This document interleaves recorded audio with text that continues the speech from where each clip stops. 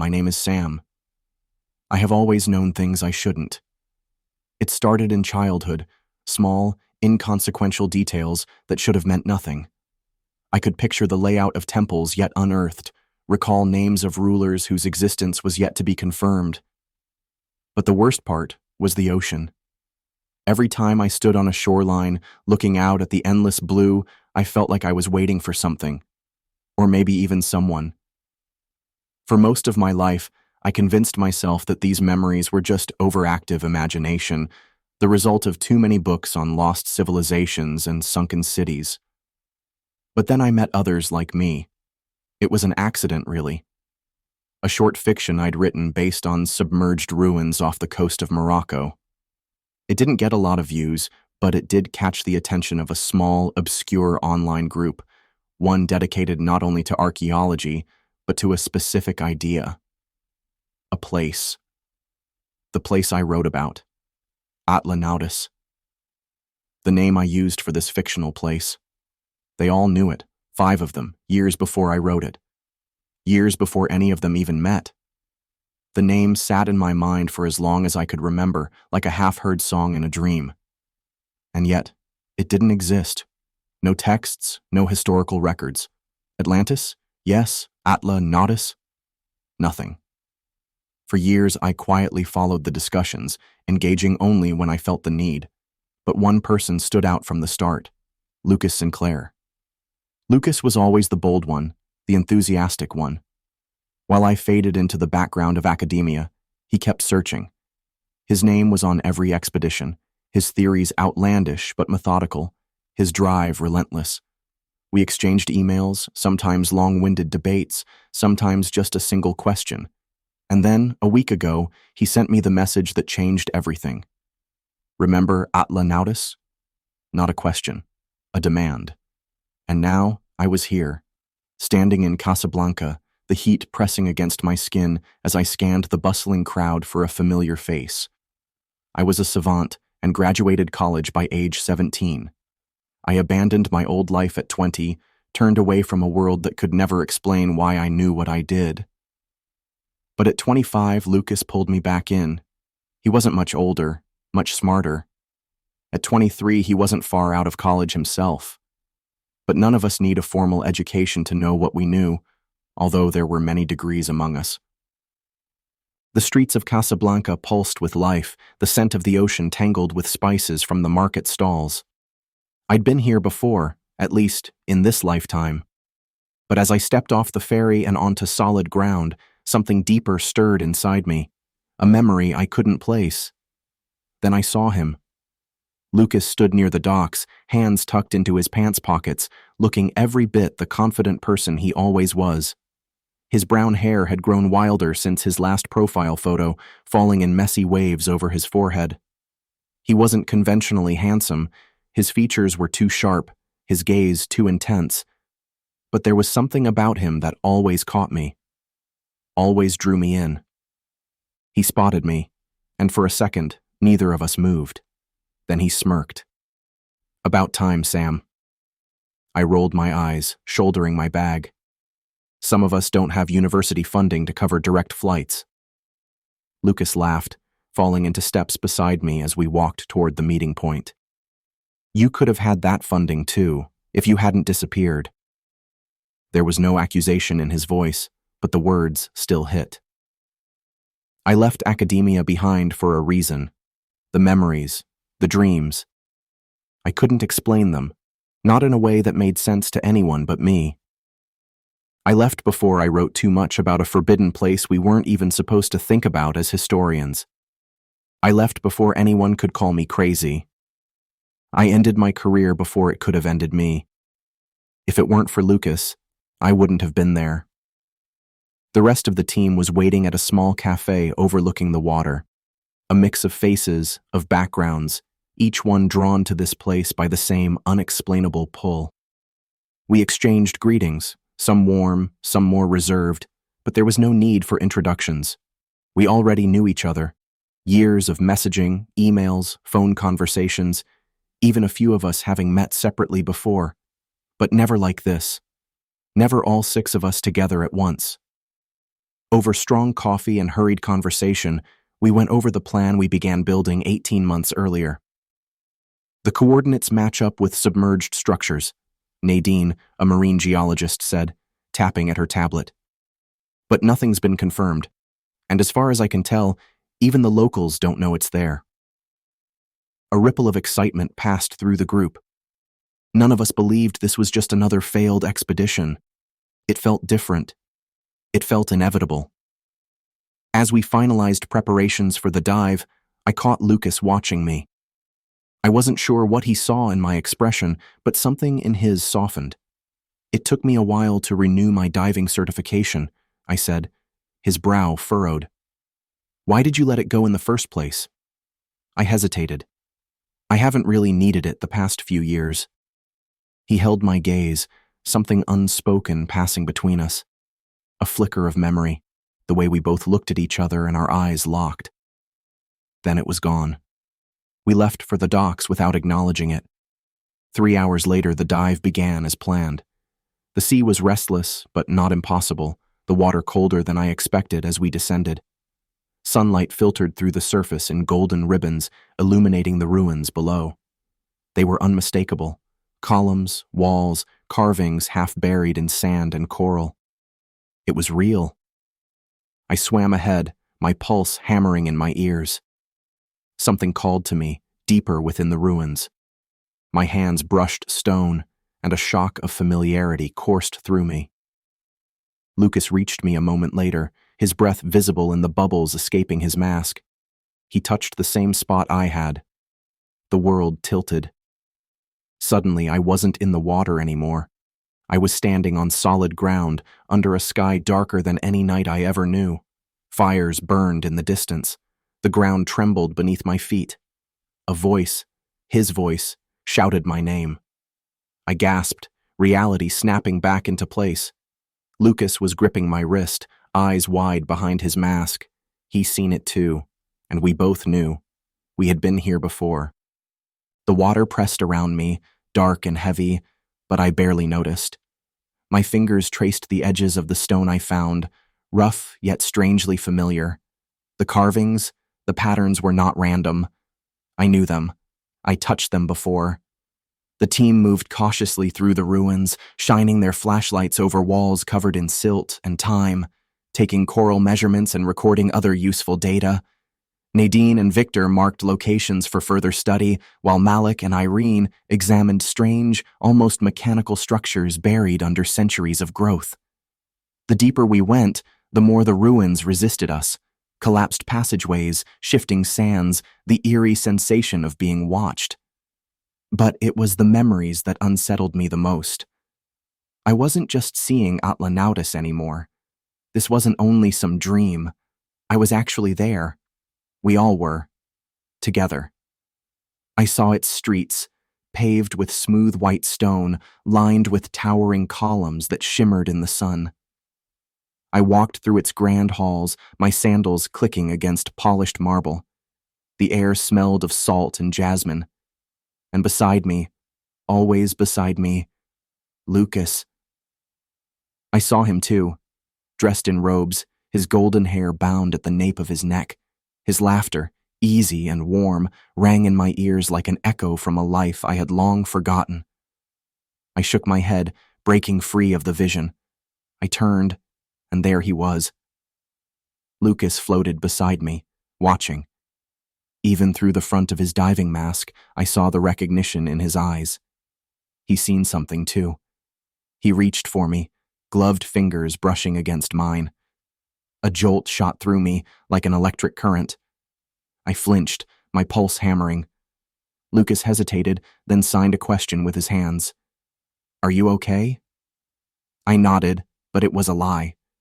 Later, back on the boat, he didn't wait for me to bring it up. "You saw it, didn't you?" His voice was quiet, steady. We all did, though the question was mostly directed at me. I knew we were all excited in our own way, but there was also a sense of loss which came with what we discovered. The catastrophe, how it all ended, was as real as how it all existed. Before we could call this an exciting discovery, Before we could feel the joy which came from validation years in the making, we had to respect and remember we floated just above a very large graveyard. There were respects to be paid, and we felt this deeper here off the coast of Northwest Africa than any of us ever had anywhere else in the world. The next day, we went deeper. The ruins sprawled beneath us like a sleeping giant, its secrets buried under sand and shadow. We mapped passageways, uncovered artifacts, and pressed forward, always deeper. That was when it happened. Malik, who was working near one of the larger structures, brushed against something he shouldn't have. A deep, resonant click vibrated through the water. Then the ground moved. A section of the ruins gave way in a sudden, violent shift. The water turned to chaos, clouds of sand, scattering fish, the sharp crack of stone grinding against stone. I saw Malik get caught in the current, his body flung backward as debris rained down. I kicked forward without thinking. Strong hands grabbed my arm. Lucas. He pulled me back just as a massive slab of stone collapsed where I had been. The dust settled. Malik was shaken but unharmed, his eyes wide behind his mask. The rest of the team checked in one by one, each of us rattled but alive. Lucas didn't let go of me right away. I felt his fingers tighten, only for a second. A wordless reminder, a warning. As I stared into the darkness ahead, I knew one thing for certain. This wasn't just an archaeological dig. It was a test, and we only just begun. The dreams came in waves, slipping beneath my skin like the tide. I saw flashes of another life, another world. Atlantis wasn't just ruins in the depths. It was a city of light and power, a place where knowledge thrived, where the sea itself bowed to human will. I saw temples of shimmering white stone, spires that reached toward the heavens, streets lined with people draped in flowing silks. And in the heart of it all, us. Lucas and I weren't just men. We were all something more. The visions came suddenly, unbidden, as if the ruins themselves were whispering secrets I long forgot. In one, I stood in a grand hall, moonlight spilling through arched windows, Lucas beside me. His hands, familiar and warm, cradled mine. I could feel the weight of his touch, the pull of his presence, as if the distance between this life and the last was nothing at all. We swore an oath, he said in that memory. No matter what happens, we will find each other again. The words echoed through time. And now, here we were. During the day, I tried to ignore the dreams, but it was impossible. Lucas felt it too. I saw it in the way his gaze lingered, the way his hand sometimes hovered near mine before he pulled away. The others weren't oblivious to the quiet war waging between us. We were all of the same place. We were all of the same kind. We found something extraordinary. A section of the ruins buried deeper than the rest, untouched by the currents. It was a chamber, half collapsed but still intact, its entrance sealed by a massive stone door. Strange symbols, unlike any language we knew, covered the surface. The weight of history pressed down on us as we studied it. Excitement surged through us, but beneath it, a gnawing unease. I didn't need to say it aloud. Lucas already knew. He gave me a look, steady and certain, as if we were both recalling the same memory. We had all been there before. That night, I couldn't sleep. The weight of the dreams, the pull of the past, it was too much. I left my tent and found Lucas by the shore, staring at the dark waves. The moon cast silver light over his face, making him look almost ethereal, like a ghost from another time. "You should be sleeping," he said softly, but there was no reprimand in his voice. "So should you." A beat of silence stretched between us. Then he turned to me, his expression unreadable. "You remember, don't you?" I swallowed hard. He huffed a quiet laugh, shaking his head. "You do. You've been dreaming it. Like I have. Like we all have. We knew each other before, not only in passing, Not just as... His voice caught, and something in his eyes flickered, unspoken but known. I could have denied it. I could have walked away. Instead, I said, I know. His breath hitched slightly. And then, before I could think, before I could stop myself, I closed the distance between us. The moment our lips met, it was as if the world tilted. The wind off the sea, the sand beneath my feet, the weight of the sky overhead, none of it mattered. Only this. Only him. It wasn't only a kiss. It was something deeper, something old. A promise made lifetimes ago, finally remembered. His hands found my face, fingers tracing the curve of my jaw, and I shuddered against him, against the certainty of it all. When we finally pulled apart, we were both breathless. Lucas rested his forehead against mine, his voice a whisper against my lips. We can't keep pretending. No, I admitted. We can't. After hearing the commotion outside, one by one the others left their tent. We all stood on that dark beach north of Casablanca, Morocco, staring out at the dark ocean. The next dive changed everything. We managed to open the sealed central chamber. It was darker inside, untouched by the sea's current and most fish. Strange artifacts littered the seabed, remnants of a forgotten age. But as we stepped inside, something shifted. Malik, swimming ahead, triggered a pressure plate. A click echoed through the water, followed by a deep, rumbling groan. The walls moved. Stone slabs, massive and ancient, began sliding into place, sealing us in. Panic surged through the team. And suddenly I wasn't there anymore. I was in another life, standing in this same chamber, watching as the walls closed in. I heard shouting, felt strong hands gripping my arms, Lucas trying to pull me to safety, but it was too late. I won't leave you! His voice from the past rang in my head. You have to, I shouted back. Go, before it's too... The memory shattered as Lucas grabbed my arm in the present, yanking me backward before a slab of stone nearly crushed me. I gasped, the past dissolving around me, and the other walls were still closing. Nadine frantically pointed to the way we came back in. Lucas and I locked eyes. Gripping his hand, I followed his lead as we worked together, moving through the shifting stones. He pushed. I pulled. We barely made it through the last gap as the chamber sealed shut behind us. Malik, shaken but safe, took deep breaths through his mask beside us. The team was still, the weight of what happened still sinking in. Lucas's hand was still in mine, gripping tight. When we realized we were safe, something else came over us. We found it.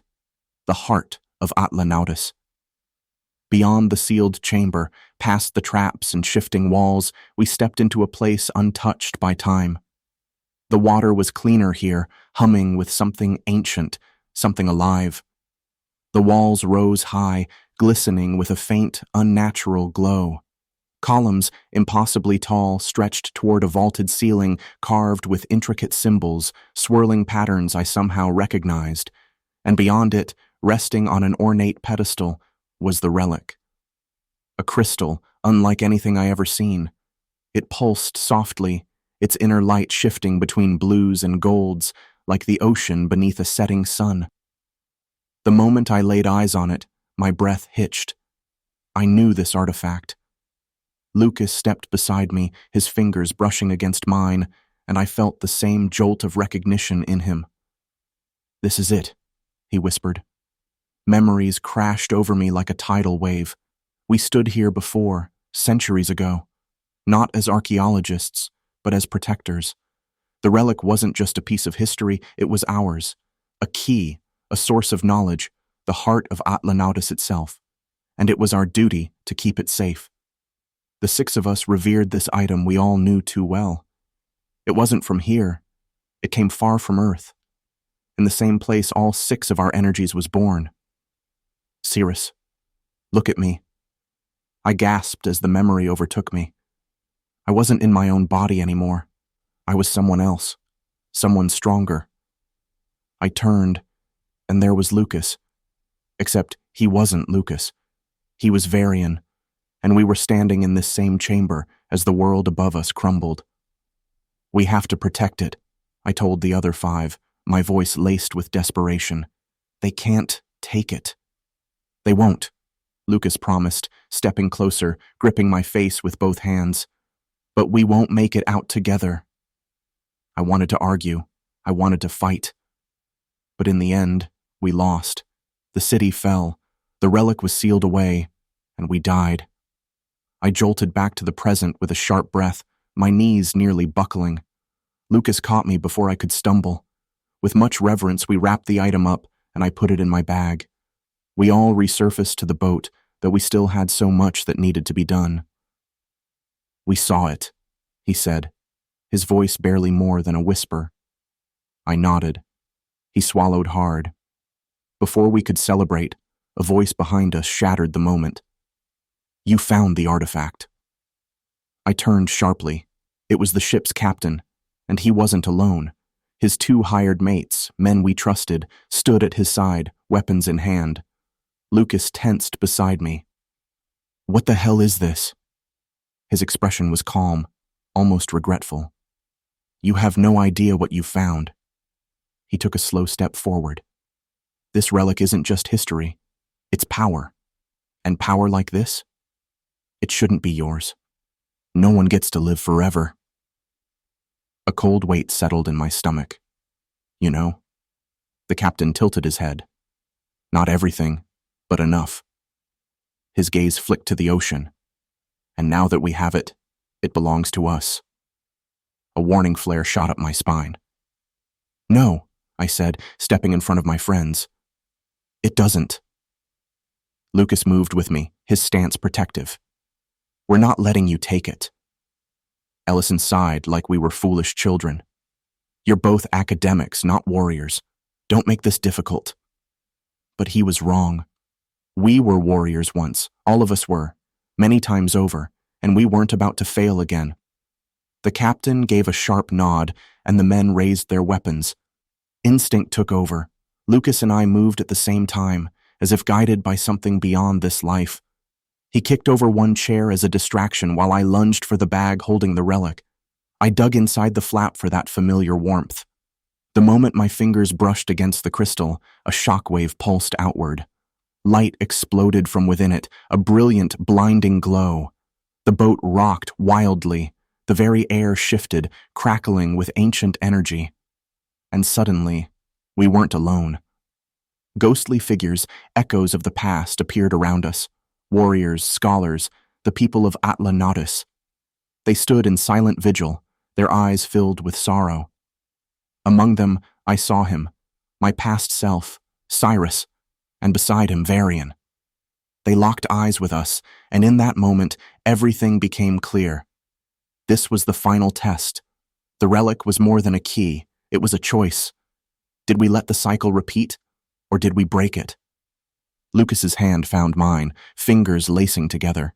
His grip was warm, steady, certain, and for the first time in centuries, I knew the answer. We wouldn't fail this time. All 6 of us would fight. Together. The captain had no choice but to stand down. The room was packed. Cameras flashed, journalists murmured, their voices hushed with anticipation. I stood at the podium, a microphone in front of me, my hands gripping the edges of the wooden stand.